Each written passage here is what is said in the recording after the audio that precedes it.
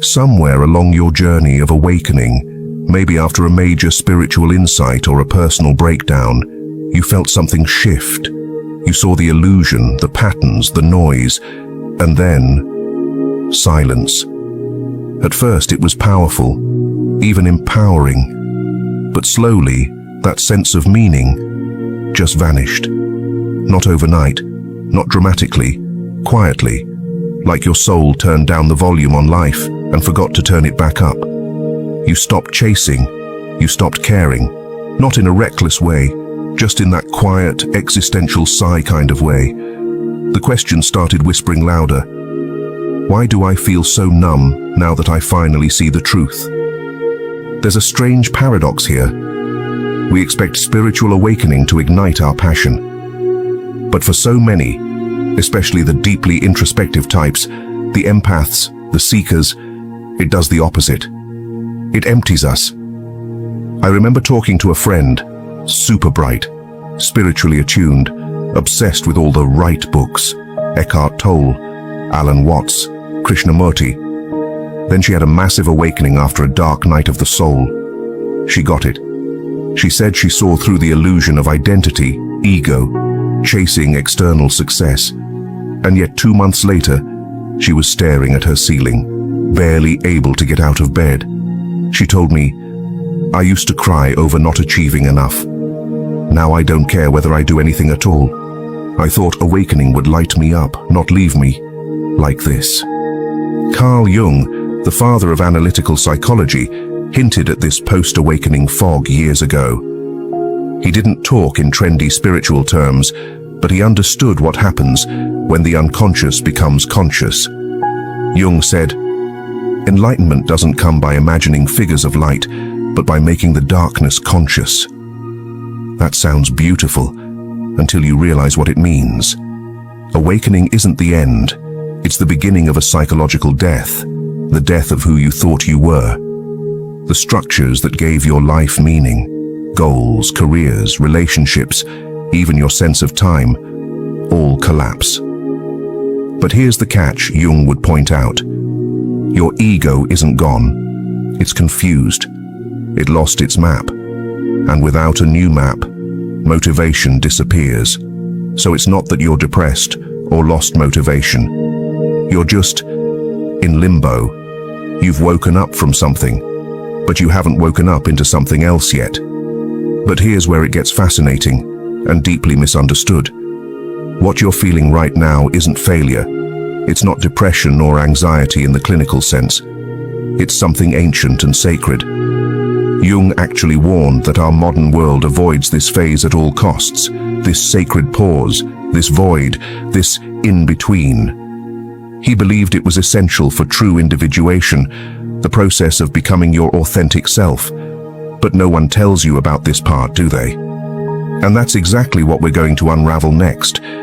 What's really happening in your psyche after awakening, and how this loss of motivation might be the biggest spiritual upgrade you've ever experienced, if you understand it right.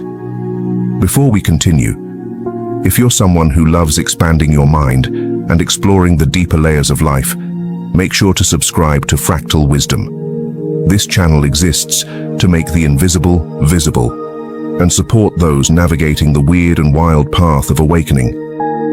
So if you've been floating in that post-awakening fog, wondering where your spark went, no, you're not crazy. You're going through a psychological shift most people can't name. A change so deep it doesn't just tweak your thinking, it reprograms your operating system. All the goals you used to chase, the to-do lists, the 5-year plans, the hustle culture playlists, they don't move you anymore. Not because you're failing, but because your motivation system itself is collapsing. And Carl Jung saw this coming long before it became a trending topic on social media. Let's break this down.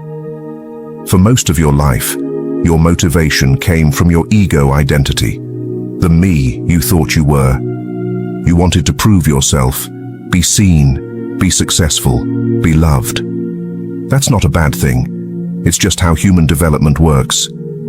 Jung called this the persona, the mask we wear to function in society. But the awakening process strips the mask. Suddenly, you're not trying to be liked, you're not trying to win the game, because you see the game, and that's where it gets weird. Without the mask, your old goals don't fit anymore. They were tailored to a version of you that doesn't exist. So now you're like a character in a play who stepped off stage and can't figure out what their lines are anymore. That's why you feel unmotivated. You didn't lose drive. You outgrew the fuel that powered it. Carl Jung believed that we're not here to serve the ego. We're here to integrate it, to align it with something bigger. He named this process individuation, the journey of transforming from a fragmented identity into a whole, unified self. Not the small self that wants praise, but the self that transcendent, the soul-level center inside you that connects to everything. And this self doesn't care about status, or approval, or even clarity. It's here to express truth. So once the awakening happens, your psyche starts recalibrating. It begins rejecting anything fake, forced, or ego-based. That includes jobs, relationships, ambitions, and even your carefully crafted dream board from 2021. That's why people often describe awakening as both freeing and disorienting. But Jung warned, if we stop here, we get stuck. Some people awaken and fall into the trap of spiritual bypassing, convincing themselves that nothing matters, that it's all just illusion. So they disconnect, float and numb out. They confuse detachment with disengagement. But the self wants something different. It wants to live through you. It wants to bring heaven into this human body.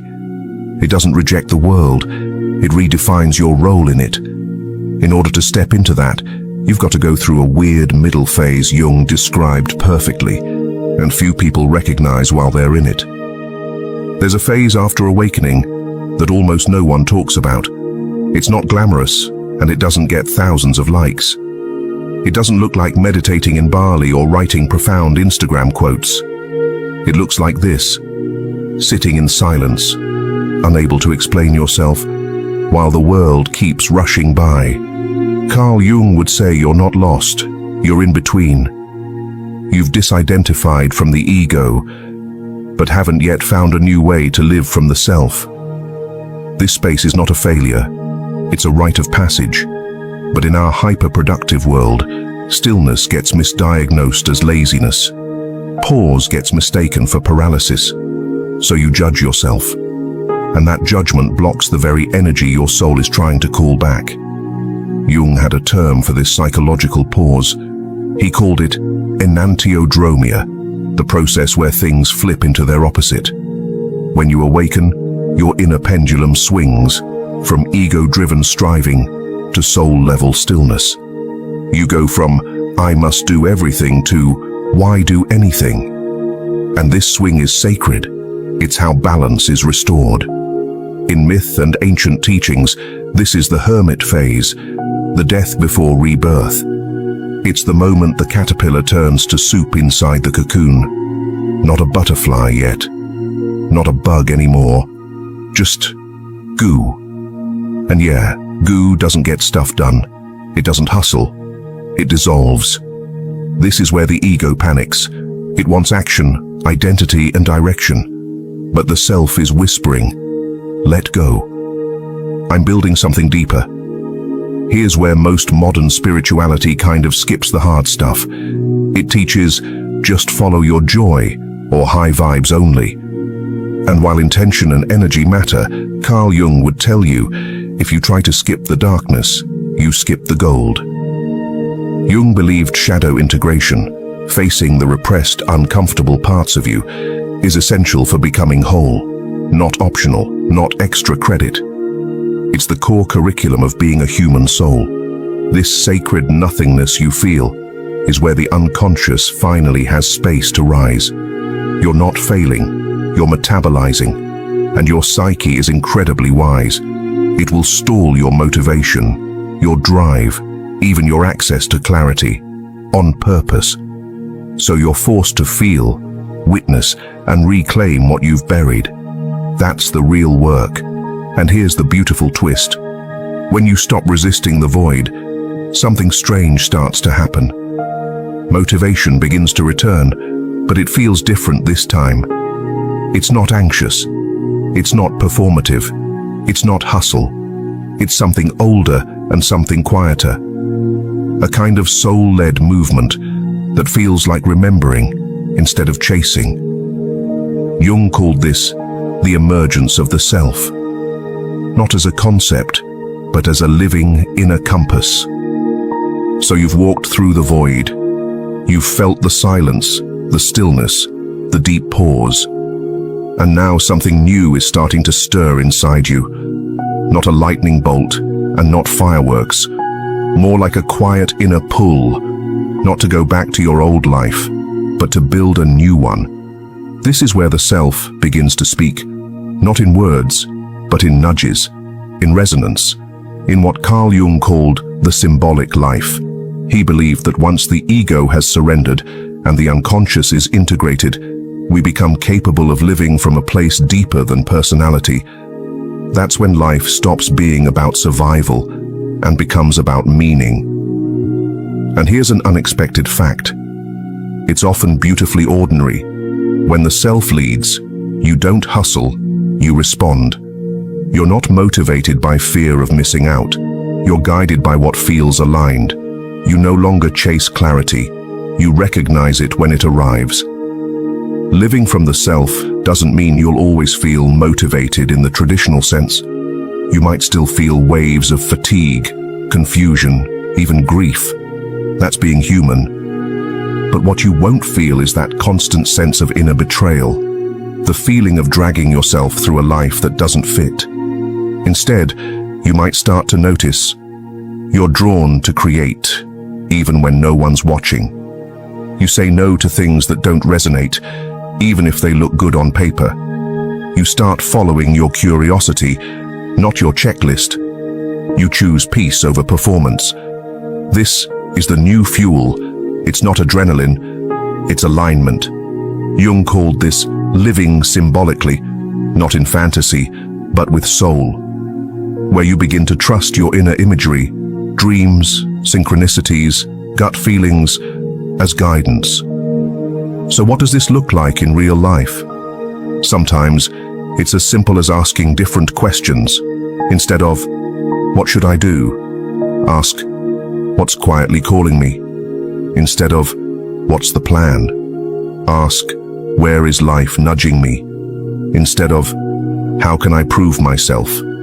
Ask, what feels honest? You begin to participate with life instead of trying to dominate it. And this doesn't mean giving up ambition. It means transforming it. Ambition becomes devotion to truth, to presence and growth. And the irony is, that kind of energy gets things done way more effectively than ego ever could. But now it's sustainable. Now it's soul-powered. This is the self's motivation, not to impress, but to express. And it often leads you to create, serve, heal, teach, and build. Not because you should, but because your whole being says, yes. So if you've been feeling like your spark is gone after awakening, it's the old fire that burned down so that you could find a deeper flame, one that doesn't flicker when external winds blow. Carl Jung didn't promise an easy path. And if you're here, listening to this, you're already walking that path. It's not about getting back your old motivation. It's about discovering a new one, rooted in wholeness, not performance. This isn't the end of your awakening. It's the beginning of your becoming. If this spoke to you, if it helped you name something you've been silently navigating, drop a comment below. I'd love to hear what this journey has felt like for you.